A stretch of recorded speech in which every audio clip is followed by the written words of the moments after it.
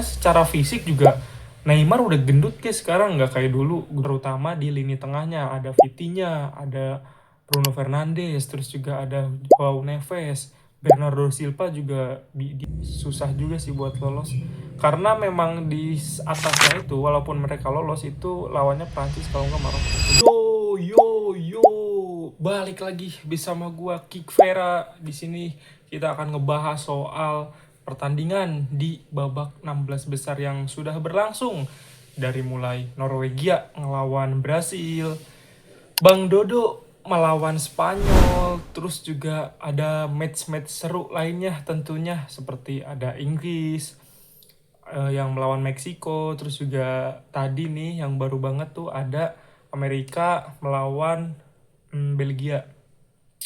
Langsung aja, karena pada hari sebelumnya itu pertandingan antara Neymar Junior dan juga Erling Haaland dan kawan-kawan, jadi bakalan gue bahas langsung, yang dimana Norwegia berhasil lolos setelah mengalahkan Brazil dengan skor 2-1.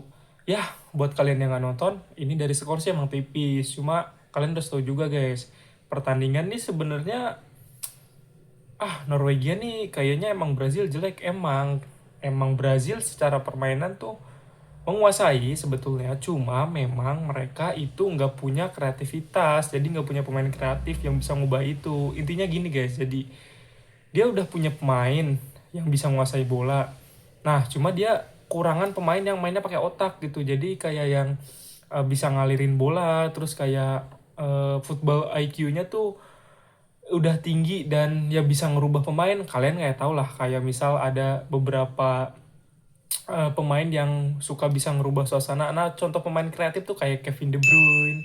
Nah, pemain-pemain kayak gitu guys. Jadi yang bisa ngerubah di lini tengah walaupun memang dia udah buntu, secara tim udah buntu nih, udah bingung mau ngapain buat nyetak gol. Nah, si pemain kreatif ini bisa jadi pembeda, bisa dia syuting dari jarak jauh atau ngelakuin passing-passing yang ya seenggaknya itu jadi pemain pembeda lah di kesebelasan tersebut.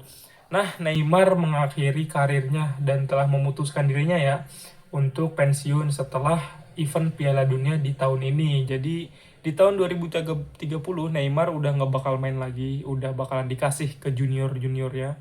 Mungkin yang bakal main kayak Vini, terus juga pemain-pemain kayak Estevao, Endrick, ya mungkin pemain-pemain muda yang sekarang masih belasan tahun umurnya guys, masih 19, 20 itu bakalan main. Nah, jadi Neymar udah nggak bakal main lagi guys. Buat kalian fans Neymar, ya intinya kita selaku penikmat sepak bola pasti merasakan bahwa memang Neymar pada zamannya itu ngetop dan resmi telah pensiun dari event Piala Dunia. Mungkin di klubnya masih main ya, mungkin sekitar satu musim itu main kayak 15 kali atau berapa kali, tapi nggak mungkin kayaknya bakalan starter terus, soalnya secara fisik juga Neymar udah gendut guys sekarang, nggak kayak dulu. Dulu kan masih prima, terus juga umurnya berpengaruh, sekarang fisiknya juga udah menurun dia.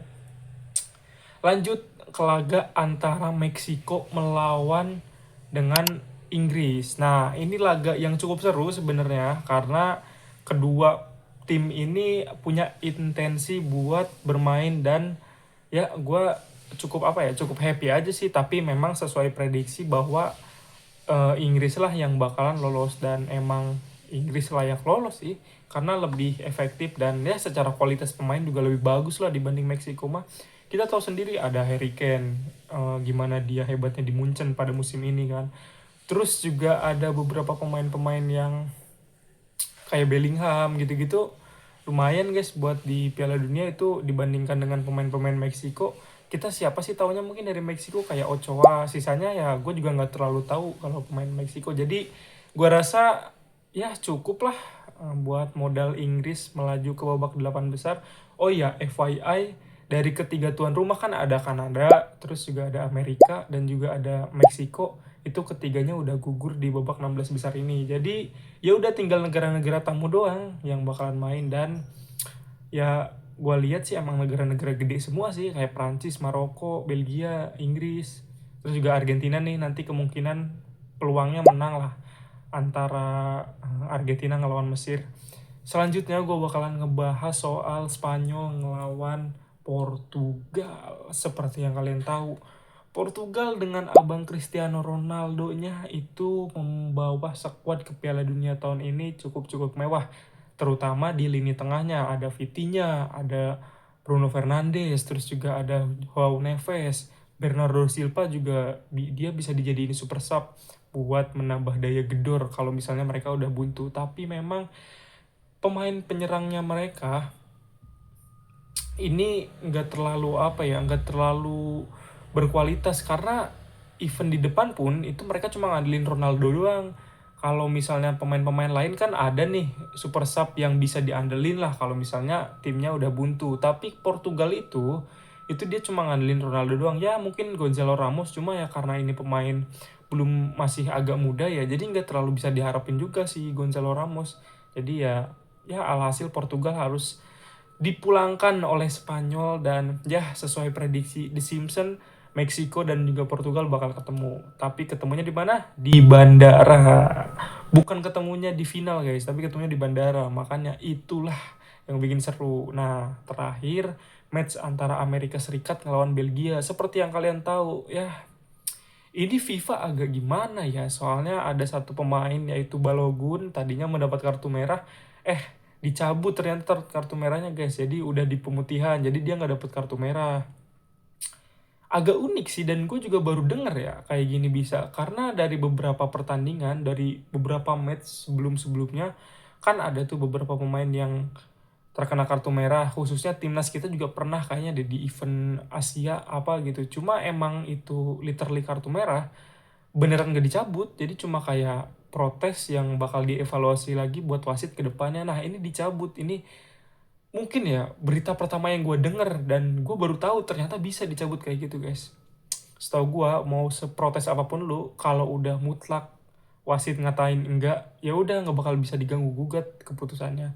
Tapi Belgia bisa ngebungkam Amerika dengan skor telak yaitu 4-1. Dua gol dari blunder kipernya dan juga blunder pemain belakang. Aduh, ya gua rasa juga cukup baik aja kalau buat Amerika buat berlaga di 16 besar ini, karena emang Belgia juga mau diharapin gimana ya, pemainnya udah banyak yang tua. Kalian mungkin cuma tahu kayak De Bruyne, terus Lukaku, ya sisanya juga gue juga nggak terlalu tahu pemain-pemain ini. Setahu gue, dan dari zamannya gue nonton itu emang Belgia tuh kayak mungkin Courtois, De Bruyne, Lukaku, itu doang pemain-pemain yang bisa ngangkat, dan salah satu pemain senior yang ada di timnas juga, yaitu yang bisa diharapin buat ngubah di Belgia. Tapi gue rasa Belgia nggak bakal terlalu jauh juga sih untuk berlaga di Piala Dunia tahun ini. Kayaknya ini kan babak 8 besar. Nah itu Belgia kemungkinan kan ini ketemu, kalau misalnya lolos lagi nih ke babak semifinal, antara Prancis atau Maroko. Dan gue rasa dia nggak bakalan susah juga sih buat lolos, karena memang di atasnya itu walaupun mereka lolos itu lawannya Prancis kalau nggak Maroko, keduanya lagi sama-sama perform. Jadi ya kita lihat aja nanti, semoga ada beberapa kejutan. Oh iya, by the way, ini Argentina belum main ngelawan Mesir, dan juga Swiss belum main ngelawan Kolombia. Jadi gue nggak tahu nih pertandingan nanti ini hasilnya gimana, tapi yang jelas gue bakalan review lagi di besok hari, karena ini Argentina nih menarik buat dibahas. Soalnya seperti yang kita tahu, banyak orang yang bakal memprediksi juga kalau final 2022 bakal terulang lagi. Ini mempertemuin antara si Argentina dengan si Prancis, yaitu Mbappe CS. Yaudah segitu aja guys videonya, karena udah kepanjangan juga, mungkin kalian bosan dengerinnya juga. Jadi terima kasih buat yang udah nonton, dan jangan lupa subscribe dan juga like ya. Oke, thank you guys.